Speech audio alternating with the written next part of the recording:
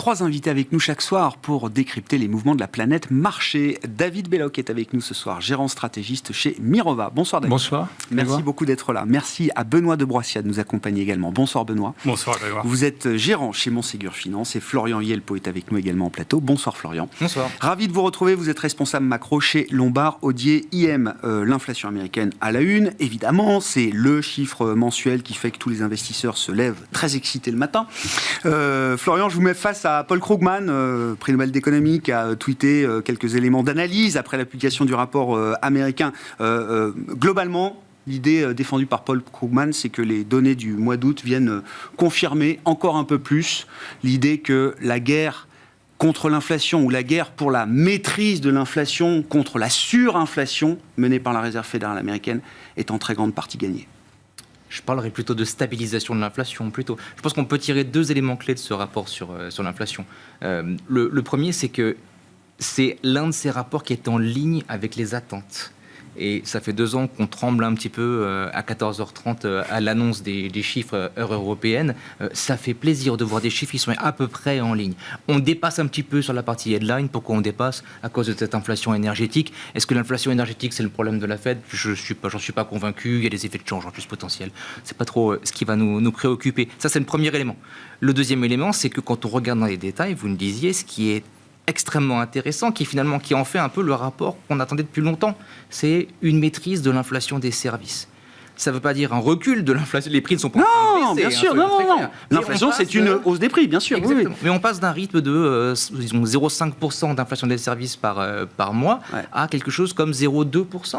Alors voilà, c'est une petite quantité, c'est un détail pour nous, mais je pense que pour Jérôme Powell, ça doit vouloir dire beaucoup. Ça fait 2-3 mois déjà qu'on a ce 0,2. Alors là, je crois que c'est 0,3 sur l'inflation cœur au global, mais on avait les 2 mois précédents, c'était du plus 0,2. Là, on est entre plus 0,2 et plus 0,3. C'est ce rythme-là mensuel que veut voir la Réserve fédérale américaine. Cette inflation-là, c'est la pire des inflations, parce que c'est la plus macro des inflations, c'est la plus visqueuse des inflations. C'est pas une inflation qui vient d'un déséquilibre de l'offre ou d'un choc pétrolier. C'est une inflation qui vient de la dynamique de la demande, qui met des mois, des trimestres à se mettre en place et qu'il est extrêmement difficile d'évacuer d'une économie. Donc c'est le premier grand pas vers un signe que la médecine Fed fonctionne. La guerre contre l'inflation, elle n'est pas terminée. On voit pas. Si elle était terminée, on aurait des taux qui retomberaient à peut-être 3,5%. C'est pas le cas. On s'attend à une stabilisation des taux d'intérêt à court terme à 5,5. C'est une situation qui devient, disons, plus tenable pour la Fed, qui va avoir un meeting peut-être plus plaisant que ça n'a été le cas ces 2 dernières années. Donc à une semaine du prochain meeting, on a toutes les données suffisantes pour imaginer que la Réserve fédérale américaine pourra être confortée dans sa pause. Dans sa pause d'attentisme. Ils ont réussi à s'acheter du temps pour voir. Et avoir du temps ça ne préjuge pas de ce qui pourrait se passer dans 3 ou 6 mois. C'est ce que vous dites, Florian. On capte aujourd'hui une remontée des ISM, des enquêtes manufacturières. On capte des taux d'utilisation des capacités productives qui sont encore très élevés. Donc il faut faire preuve disons, de prudence lorsqu'on fait ce genre de diagnostic. Mais dans l'ensemble, là, ils ont enfin une position tenable, qui est une position de fin de cycle, où on peut garder les taux assez élevés pendant longtemps, sans chercher à faire peur au marché, sans chercher à vouloir pricer davantage de hausse de taux. Ça, c'est une bonne étape. Ça permettra aussi demain à la BCE d'établir une politique en phase de ça, une politique de change notamment. Bien sûr. Le tout sans récession, David. C'est-à-dire que tout ce qu'on vient de décrire de la désinflation observée aux États-Unis et d'une Fed qui se retrouve dans une situation peut-être plus confortable aujourd'hui, avec cette stabilisation de la progression des prix depuis quelques mois qui est observée dans la partie des services, tout ça a été obtenu sans récession. Oui, tout à fait. C'est pari réussi pour l'instant pour la Fed, Jérôme Powell. Donc on a sur ce chiffre d'inflation quelque chose qui est relativement rassurant, c'est qu'on a encore une composante shelter qui est sortie quelque part au-dessus des attentes, et c'est la composante qui devrait normalement avoir le plus de potentiel de baisse. La composante logement. Logement. Compte tenu du fait qu'on a un marché de l'immobilier qui est bloqué, mais on a des taux donc, d'emprunt, les mortgage rates à 7,5%. En manière effective, les Américains ne déménagent pas, justement, parce qu'ils veulent éviter ces hausses de taux mortgage. Ils empruntent encore à peu près à 4%, mais on a quand même des raisons de penser que ces hausses de taux mortgage, ainsi que la dégradation toute, assez lente et maîtrisée, mais du marché du travail et un certain nombre de facteurs devraient entraîner une baisse des prix de l'immobilier et donc une baisse de cette composante shelter pour ce qui est de l'inflation core, qui est quand même la partie pour laquelle, pour l'instant, la Fed n'a pas réussi son mandat. Non, mais c'est important de le rappeler, le marché est bloqué pour l'instant, hein. Personne n'a envie de se réengager sur un nouveau mortgage à 7 ou 7,5 quand l'ancien, déjà parfois, est remboursé et puis est à des taux d'intérêt qui n'ont rien à voir avec ce que propose aujourd'hui c'est ça, on a eu un faux signal avec une baisse des taux au printemps, on a des promoteurs immobiliers qui ont essayé de faire revenir des acheteurs sur le marché, mais bon, c'est donc... a priori, une stabilisation de ce marché immobilier un peu artificiel les derniers mois. Et vous dites, à un moment, ce marché, il va forcément se débloquer ? Pas forcément énormément, mais suffisamment pour que ça se voit au niveau de cette composante services et immobilier, qui est donc la plus collante, en fait, de cette inflation core. On a, pour ce qui est de l'inflation headline, c'est une hausse effectivement du prix du baril. Donc on a les 0,3 attendus, on est complètement en ligne avec les attentes de ce point de vue. C'est plus 0,6 sur un mois, hein, je crois, l'inflation globale. Oui, mais 0, bien sûr. Et c'est 0,3, c'est la composante énergie, vous voulez dire ? Oui, la hausse par rapport au mois précédent, du fait de cette composante énergie, c'est les 0,3 qui sont liés à cette hausse du prix du baril. Donc difficile de voir d'un point de vue académique et de confirmer, mais une hausse de $10 du baril, c'est une hausse du headlines de cet ordre de grandeur. C'est, à moins qu'il y ait une hausse généralisée du prix des matières premières, du prix de l'électricité, et voire même du coût des intrants, normalement pas de nature à relancer une accélération de l'inflation core à ce stade. Donc je pense que c'est pour l'instant contrôlé. Et on a une dégradation donc lente mais quand même présente du marché du travail avec une inflation salariale qui fléchit. On voit donc recours à l'intérim, au nombre d'heures travaillées, une hausse du taux de participation, des équilibres entre les jobs vacants et les offres d'emploi qui s'équilibrent. Donc tout ça, c'est, pour répondre à votre question, ce que la Fed attend, c'est-à-dire une baisse graduelle de cette hausse et de cette inflation salariale sans trop impacter ce marché du travail qui crée encore 150 000 emplois par mois. Et pour l'instant, c'est vrai que c'est ce qu'ils arrivent à obtenir. Ça donne l'idée que c'est l'état du monde actuel pour les investisseurs, Benoît. C'est soft landing, voire no landing. Non mais on revient à cette idée, c'est Goldman Sachs, je crois, il y a quelques jours à peine, coupait encore sa probabilité de récession 12 mois aux États-Unis à seulement 15%. Je ne sais pas ce que ça vaut, je ne sais pas si c'est un signal contrariant, mais il y a des gens, quand même, des économistes dans le marché, qui pensent que 2024, il y a des chances que ce ne soit pas encore l'année de la récession aux États-Unis. Oui, mais j'ai envie de dire que c'est la définition même du soft landing, c'est éviter l'écueil de la récession avec des effets qui peuvent être assez indésirables d'une récession, et puis la sortie de récession qui est jamais forcément simple et qui appelle parfois des réponses de politique, de policy mix qui sont pas évidentes à apporter, surtout à partir du point de départ qu'on connaît aujourd'hui. Donc non, enfin moi mon sentiment c'est qu'effectivement dans les chiffres d'inflation qui sont publiés aujourd'hui, on a tout de même une trajectoire claire de décélération sur l'inflation cœur. 4,3%, la statistique précédente, on était à 4,6% en rythme annuel. Donc on a quand même des effets visibles de décélération. On venait, il y a quelques trimestres de ça, de chiffres qui étaient au-delà de 6%. Donc c'est la traduction même du fait que la politique monétaire, les resserrements monétaires, portent leurs fruits. De la même manière, le marché du travail qui est tendu, qui était particulièrement tendu, on voit quelques signaux, indicateurs avancés d'amélioration. Effectivement, les offres d'emploi, la demande par rapport aux offres d'emploi vacants qui commence à s'améliorer, le taux d'émission, le fameux quit rate, qui revient sur les niveaux pré-pandémie, qui constitue un autre indicateur avancé, c'est-à-dire qu'il n'y a plus forcément d'arbitrage d'un emploi parce qu'il y a un salaire vraiment très supérieur ailleurs. Donc, et puis le taux de chômage qui remonte un peu, on était à 3,4, on a remonté à 3,8 sur les dernières statistiques. Donc on a quand même une série de signaux qui montrent que la politique monétaire restrictive provoque une décélération, mais décélération qui reste compatible avec une croissance en deçà de son potentiel. Et c'est un peu la définition peut-être du soft landing, c'est qu'on a une croissance en deçà du potentiel qui permet effectivement à cette désinflation de s'ancrer et qui justifie probablement une forme d'attentisme de la Fed en matière de prochaines décisions de politique monétaire. Dans cette période d'attentisme que vous décriviez aussi, Florian, oui, le schéma, c'est soft landing, voire no landing. C'est quand on gère une stratégie globale macro, c'est à nouveau le monde, l'état du monde actuel pour les investisseurs.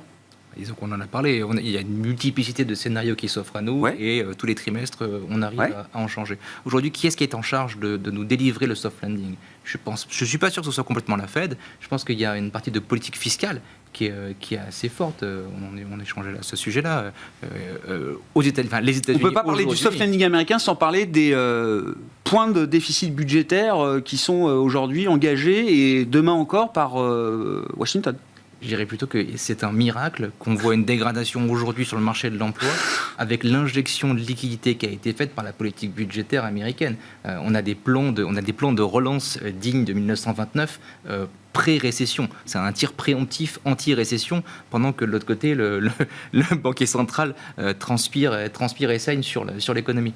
Ce soft landing, si on y arrive, et ce sera la première fois qu'on y arrive historiquement, il viendrait justement de la combinaison d'éléments, c'est-à-dire d'un côté un État qui pousse et de l'autre côté une banque centrale qui tente de freiner, et la combinaison des deux crée un chemin de crête qui nous permettrait d'échapper miraculeusement à la récession. Et le plan de dépenses fiscales pour l'an prochain, il continue d'être titanesque. Alors, il sera peut-être plus orienté du côté investissement que du côté consommation. Soit, c'est peut-être moins inflationniste également, mais j'aimerais bien voir quelle politique de relance de l'investissement ne crée pas d'inflation dans ce genre de contexte-là.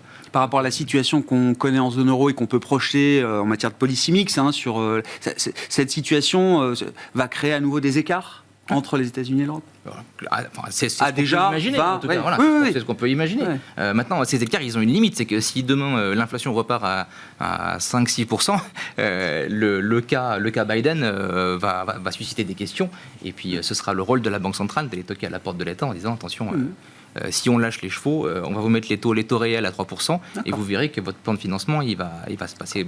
Mais pour vous, c'est plutôt ça le risque de 2024, c'est que les taux réels 10 ans à 2%, ce soit peut-être pas simplement un top, mais que ça puisse être peut-être une étape vers des taux réels encore plus élevés dans un scénario de risque. Si inflation, si continuité dans ce plan de relance-là. Donc, global macro, ça veut dire quoi aujourd'hui ? Ça veut dire être capable de percevoir le fait qu'on a une amélioration. On est content. L'inflation est davantage maîtrisée. Qui pourrait penser que c'est une mauvaise nouvelle pour les marchés aujourd'hui ? Et le marché le salue quand même aujourd'hui. Les émergents sont up, etc. Maintenant, à plus long terme, le jeu n'est pas complètement fait, la guerre n'est pas complètement gagnée, il faut rester prudent. Le cash, on en parlait hors antenne, est particulièrement attractif et il y a beaucoup de global macro qui vont aller creuser dans cette case-là. David, l'histoire des taux réels, effectivement, ça devient quand même une histoire importante, y compris pour 2024. C'est la stratégie du higher for longer. On va maintenir les taux élevés sur les niveaux qu'on connaît aujourd'hui aux États-Unis pour longtemps. Est-ce qu'ils seront un peu plus élevés pour longtemps ou pour plus longtemps ? Enfin voilà, il y a toute une gradation dans cette stratégie-là. Mais néanmoins, il y a l'idée qu'on a vu 2% de taux réels sur le 10 ans américain là, à la sortie de l'été. C'est quelque chose que la Fed va chercher à prolonger. Alors, c'est quelque chose que la Fed a provoqué. Déjà. Oui, bien sûr. Pour commencer, c'est-à-dire qu'en fait, la hausse des taux 10 ans US depuis avril, c'est la composante réelle, clairement, puisque la composante inflation, donc ça confirme notre discussion tout à l'heure, elle est restée, les anticipations d'inflation aux États-Unis à 2,3, ça n'a pas bougé. Bon, par contre, les taux, effectivement, longs ont pris 50 BP, la courbe s'est quantifiée. On remarquera que les taux courts ont peu bougé et les taux terminaux anticipés par les investisseurs n'ont pas bougé non plus. Donc, je pense que ce qui a bougé, par contre, c'est la perception que ces taux terminaux, donc 5,5, allaient rester plus élevés plus longtemps, le fameux higher for longer, et que l'économie américaine pouvait se payer le luxe de supporter ces taux plus élevés sans rentrer en récession. C'est l'argument clé de Goldman Sachs. Le higher for longer n'emmènera pas l'économie américaine en récession. Donc c'est ce qui a été joué pleinement par le marché, en tout cas clairement sur la courbe des taux, et donc quantification des taux longs. C'est ce qui a été joué aussi à travers les cycliques et la surperformance des cycliques, y compris aux États-Unis, qui est très marquée par rapport aux défensifs. Là-dessus, même si on pense qu'il n'y aura pas récession, en tout cas pas de récession aux États-Unis l'année prochaine, Il y aura quand même un ralentissement. Je pense que le plan de relance budgétaire était massif. Alors après, on entend toutes sortes de chiffres, mais il peut aller jusqu'à la moitié, ou en tout cas quasiment 1% de contribution à la croissance de PIB aux États-Unis cette année quand même. Il y a un effet multiplicateur qui a été très fort, que les économistes n'avaient pas... Sous-estimé, qu'on avait sous-estimé. Et donc on voit que ça joue à plein. On a quand même quelque part une dérivée seconde. Du fait des effets de base, un impact de ce l'impulsion budgétaire l'année peut-être sera prochaine un peu qui moins va quand forte. même être clairement moins. D'accord. Et d'ailleurs, si on compare par rapport à l'Europe, je pense qu'on aura la même impulsion Europe-US l'année prochaine. Il y a une inconnue, et on en saura peut-être plus à la fin du mois, et parce que les républicains et les démocrates doivent se mettre d'accord par rapport au plan, au budget 2024, tout simplement, de savoir s'ils arrivent à se mettre d'accord, parce qu'en fait, les républicains veulent couper les dépenses pour réduire un peu l'endettement, ce qui a quand même un dérapage des finances publiques. Et quid de cet accord potentiel et de la capacité de Biden, en année électorale, à continuer à arroser ou pas?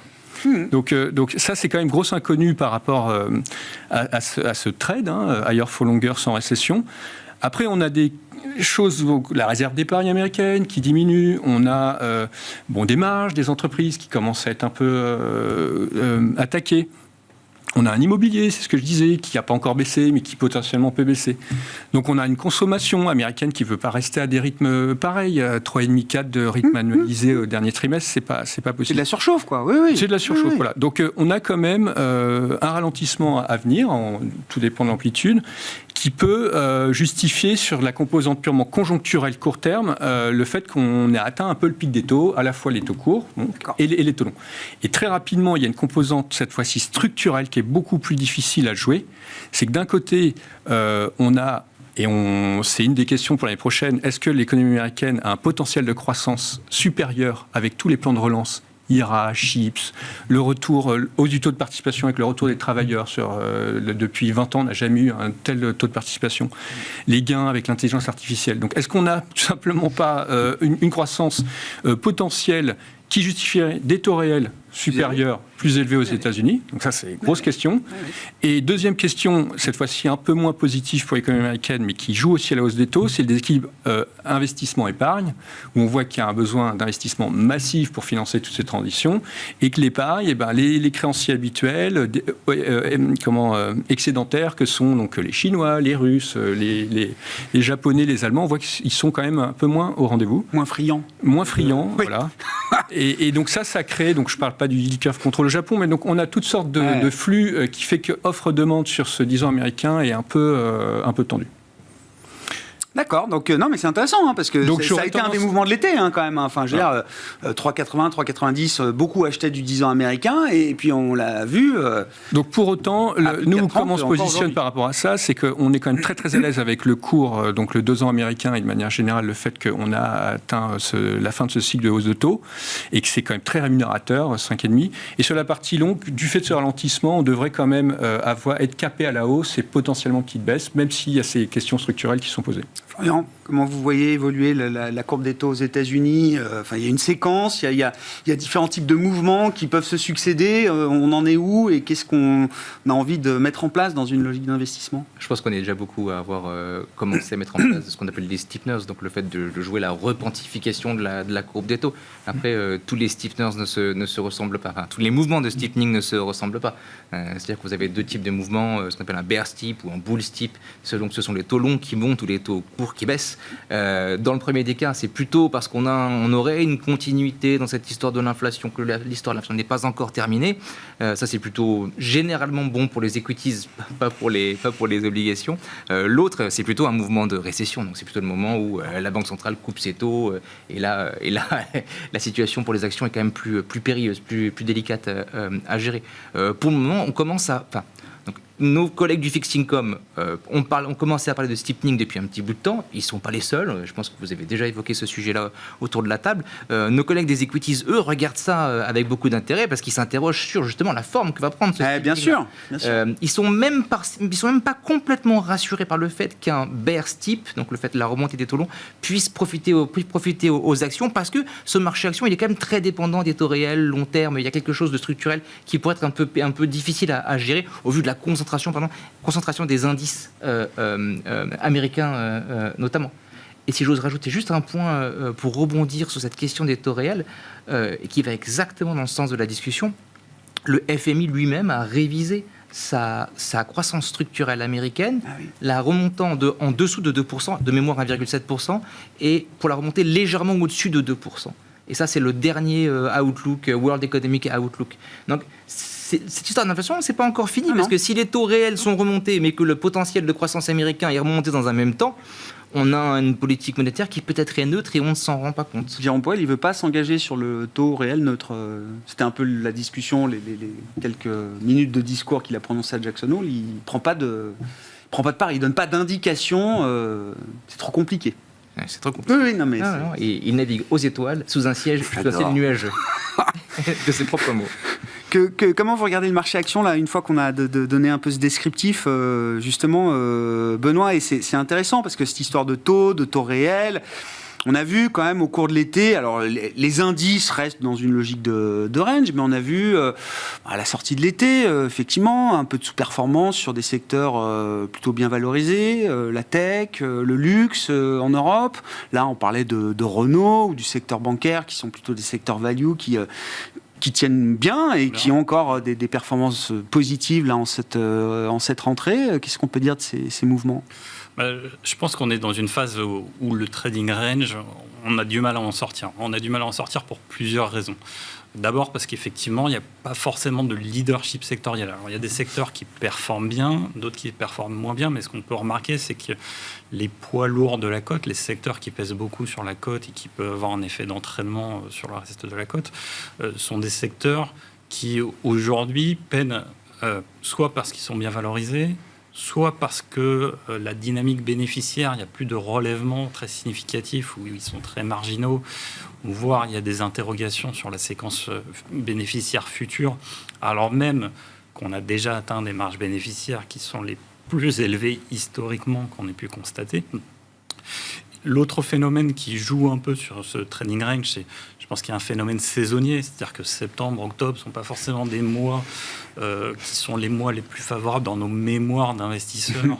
Et donc, il y a une forme d'attentisme, et a fortiori en amont des publications trimestrielles qu'on commencera à apercevoir à partir de mi-octobre. Donc, c'est un phénomène qui joue. Et puis, le dernier phénomène, c'est une observation simple de la réflexion qu'on a observée précédemment, c'est-à-dire que vous avez une bonne rémunération sans prendre de risques, que ce soit sur la partie courte de la courbe, sur la partie longue de la courbe, puisqu'on a évoqué des taux réels qui sont positifs, voire très positifs par rapport à ce qu'on a observé historiquement. Donc, l'incitation à aller prendre des risques, si vous n'avez pas de phénomène accélérateur sur votre croissance de bénéfices, si vous n'avez pas d'éléments vraiment pour vous conduire à penser que les estimations de bénéfices reflètent insuffisamment les perspectives des entreprises, dans ce cas-là, vous restez peut-être un peu attentiste et vous vous dites j'ai pas de raison de me désengager du marché, mais j'ai pas forcément de raison d'accroître mon allocation au risque. Sachant qu'il n'y a pas de rémunération particulièrement généreuse du risque action. Ça, c'est une situation qui peut encore durer, parce que c'est vrai que si le momentum action s'épuise, comme vous le dites, il y a des alternatives très intéressantes aujourd'hui dans le monde de l'investissement. Est-ce qu'à un moment, ça peut fragiliser cette logique de range qui résiste très bien, hein, effectivement. Est-ce que c'est le risque à un moment ? Alors, on est sorti des résultats du T2, mais je crois que ça a été quand même plutôt encore des bonnes surprises du point de vue des marges et de la tenue des profits et des marges des entreprises. Est-ce qu'on attend à nouveau la même histoire pour les résultats du T3 qui commenceront à être publiés à partir d'octobre ? Je crois que dans les résultats du T3, on aura des résultats qui seront globalement conformes aux attentes et qui ne provoqueront pas de grands changements sur les estimations bénéficiaires du consensus de marché. Maintenant, ce qu'on peut dire sur les perspectives, c'est qu'il y a potentiellement une inconnue positive, ce sont les gains de productivité associés à l'intelligence artificielle. Mais à quel rythme ils se diffuseront et quel quantum, aujourd'hui, c'est très difficile de le dire. Et puis, il y a un facteur peut-être d'incertitude aussi, c'est le calendrier politique. On ne l'a pas forcément évoqué, mais les élections aux États-Unis, c'est comme une interrogation. Quand on l'a évoqué, l'impulsion budgétaire est un facteur quand même décisif sur la croissance constatée aux États-Unis, qui reste la zone un peu motrice de l'économie mondiale. Et est-ce que ce n'est pas un frein à l'investissement? Est-ce qu'il n'y a pas une forme d'attentisme? La consommation qui a été très résiliente, effectivement, il y a eu un facteur de consommation du filet d'épargne accumulée pendant le Covid, qui lui aussi se dissipe dans le temps. Donc voilà, tout mis en balance. Moi, je ne vois pas d'éléments vraiment tangibles de sortir de ce trading range dans lequel on est un peu acculé depuis maintenant. Ouais, quelques temps, ouais. Vous évoquiez les émergents tout à l'heure, Florian. Effectivement, sur une séance comme celle d'aujourd'hui, c'est les actifs émergents qui tiennent plutôt bien, alors que le pessimisme sur la Chine n'a peut-être jamais été aussi extrême. Un indicateur parmi d'autres, mais c'est la dernière enquête Bank of America auprès des fund managers mondiaux, une enquête mensuelle que tout le monde regarde sur les marchés. 0% des personnes interrogées dans le monde de l'investissement imaginent une amélioration de la croissance chinoise dans les 12 prochains mois. 0%. Très consensuel comme idée quand même. Absolument. Ce qui se passe, c'est que non seulement c'est un marché donc, qui a aujourd'hui pricé pas mal de mauvaises nouvelles d'ores et déjà, et en plus c'est un marché qui souffre de la remontée du dollar qu'on observe maintenant depuis 3 ou 4 mois. Ce qu'on pense tout simplement, nous, c'est qu'on est plutôt dans une phase de fin de cycle. Une phase de fin de cycle, généralement, vous avez 4 paris classiques, la remontée des taux, les émergents qui surperforment les développés, la baisse du dollar et la montée des matières premières. Et on tique quelques-unes de ces cases-là. Hein. Ça évoque des choses qui sont en train de se passer aujourd'hui. La partie qui manque, c'est peut-être un petit peu le dollar. Oui.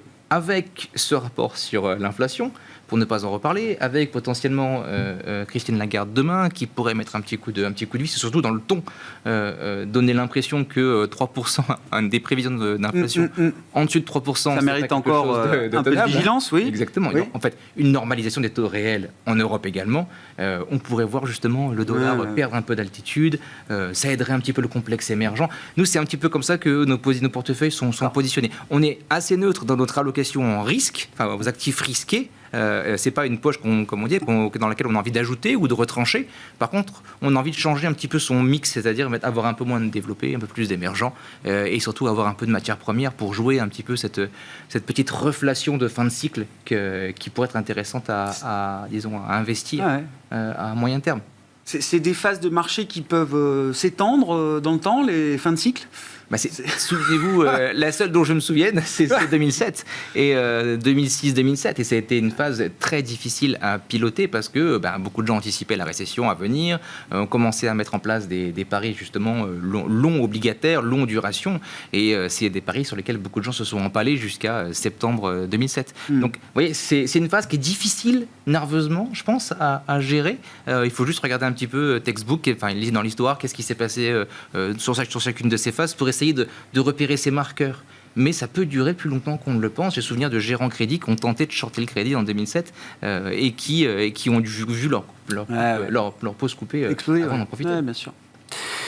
David, sur la Chine, qu'est-ce qu'on apporte comme élément d'analyse en cette rentrée, en ce mois de septembre 2023 ? Encore une fois, le pessimisme était déjà important. On a le sentiment qu'il est peut-être encore plus en cette rentrée, ne serait-ce qu'à travers la valorisation des marchés actions chinois aujourd'hui. Oui. Alors nous, on n'investit pas pour des raisons ESG sur les marchés domestiques chinois. Bon, c'est vrai que là, pour le coup, ils sont très peu détenus, avec une valorisation très attractive. Donc s'il y a un coup à jouer tactique, ça serait peut-être justement avec ce support action domestique chinois. Mais donc, on pense qu'on a vu les derniers chiffres, il peut y avoir une stabilisation, voire un léger rebond de la croissance en Chine au T4, mais ça reste des mesures pour éviter le crack. Mais c'est ça. Structurellement, c'est pour pas que ça baisse plus, quoi. C'est pas pour stimuler. C'est pas pour stimuler, mais c'est surtout que le gouvernement chinois se doit d'éviter bien évidemment une récession, donc il fera le nécessaire et il a encore des marges de manœuvre budgétaires pour le faire. Mais est-ce que ce deleveraging n'est pas voulu compte tenu des surcapacités massives en infrastructure, en immobilier? On a des ménages qui sont trop endettés, des entreprises privées hors financières qui sont clairement trop endettées aussi. C'est des ratios, c'est 60 dettes sur PIB des ménages, c'est 230% sur les sociétés privées non financières. On a des collectivités locales qui sont chargées de créances douteuses immobilières, qui ont maintenu à bout de bras un immobilier qui ne pouvait plus tenir. Il y a des problèmes structurels démographiques qui ne plaident pas en faveur d'un rebond. Et on a aussi à la tête de la POBC donc quelqu'un qui a orchestré un peu quelque part il y a quelque temps cette baisse du marché immobilier et ce deleveraging. Donc je ne pense pas ça va être un atterrissage en douceur. Il va falloir effectivement éviter des faillites de promoteurs. Mais il ne peut pas se dédire de ce qu'il a voulu faire. Et c'est peut-être aussi parce que c'est la feuille de route, c'est la volonté. Donc il y aura peut-être 3,5-4 de croissance, une croissance peut-être de meilleure qualité et un deleveraging à attendre. Donc tout ça pour dire qu'on a vraiment du mal à croire à une relance de la demande, de l'offre oui, mais de la demande massive qui profiterait à tous les marchés occidentaux. Ça pèse sur l'Europe. Enfin, là aussi, en Europe, il y a toujours ce sentiment un peu morose, de médiocrité réelle. Hein. Il y a une sous-performance de l'économie européenne, on ne peut pas le nier. Aussi, oui, tout à fait. Tout dépend de son potentiel, mais je veux dire, par rapport à ce qu'on voit aux États-Unis, ce que vous décrivez là sur la Chine, ça pèse aussi chez nous, toujours ? Alors, on a quelques sociétés. Alors, évidemment, on est bien plus exposé Chine qu'aux États-Unis, ça paraît très clair, surtout le CAC 40 et nos valeurs de luxe, semi-conducteurs, auto, capital, enfin les biens industriels aussi. L'Allemagne, donc l'Allemagne, bien évidemment. Donc ça a déjà effectivement corrigé un peu en bourse. On a des valos qui sont et une prime historique de ces valeurs exposées Chine qui, comparée aux valeurs exposées États-Unis quelque part, n'est pas si attractif que ça. Donc c'est pour ça que c'est pas évident de revenir là maintenant sur ces valeurs. Tant plus qu'elles sont pricées pour effectivement une croissance de BPA très élevée et on attendra. Après, oui, la croissance européenne, nous, notre scénario, c'est finalement une sorte de stagnation et je pense qu'on finira par sortir de la stagnation quand même, avec la désinflation qui donnera du pouvoir d'achat aux consommateurs. Je pense quand même que la BCE va finir par être plus accommodante. On aura toujours via les effets de base la Chine qui sera peut-être moins négative pour les sociétés européennes et des plans de relance finalement qui ont moins joué cette année mais qui en relatif par rapport à du monde notamment aux États-Unis joueront peut-être leur côté contracyclique l'année prochaine. Non, mais c'est intéressant parce qu'on regarde tous le niveau des enquêtes en Europe. Beaucoup beaucoup nous disent qu'on est au bord du précipice et que le pas suivant nous amène. Non, mais vous dites c'est peut-être le point de départ d'un momentum plus favorable. C'est possible, en tout cas pas une dégradation. L'Allemagne, effectivement, va être en récession. Il y a toutes les chances que ça dure encore un ou deux trimestres, mais on peut avoir une année 2024 peut-être un peu supérieure aux attentes. Après, on a des valorisations actions européennes qui sont assez attractives, surtout des compartiments qui price déjà une récession sur lesquels on pense qu'il y a de la valeur. C'est le cas donc des banques et des financières, c'est le cas des automobiles et des cycliques. Alors là aussi, on a réduit, on était franchement surexposé, on a réduit compte tenu de ce côté cyclique, mais on a encore un peu de valeur dans certaines de ces secteurs. Benoît, je vous laisse commenter sur le marché européen, s'il y a des choses à dire, il y a forcément des choses à dire. Puis je voulais qu'on dise un petit mot des grandes IPO, le retour un peu des grandes introductions, donc c'est Arm Holding aujourd'hui, il y a d'autres emblèmes du monde de la consommation, de la mode, Birkenstock qui prépare également son entrée sur le marché américain, puis il y en a d'autres, là, il y a une fenêtre de tir visiblement qui semble favorable pour les investisseurs. Oui, effectivement, les banquiers d'affaires arrivent avec des nouveaux dossiers à introduire en bourse. Et peut-être ce qu'il faut saluer, c'est que les dossiers qui sont présentés aux investisseurs sont des dossiers qui sont des grands noms relativement bien connus et avec des tendances de croissance qui semblent bien installées.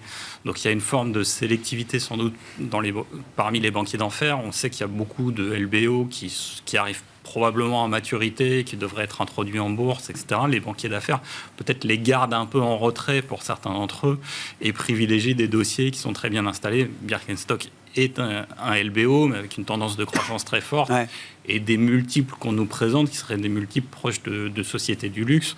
Donc, a priori des dossiers très attractifs en termes de marge et de tendance de croissance.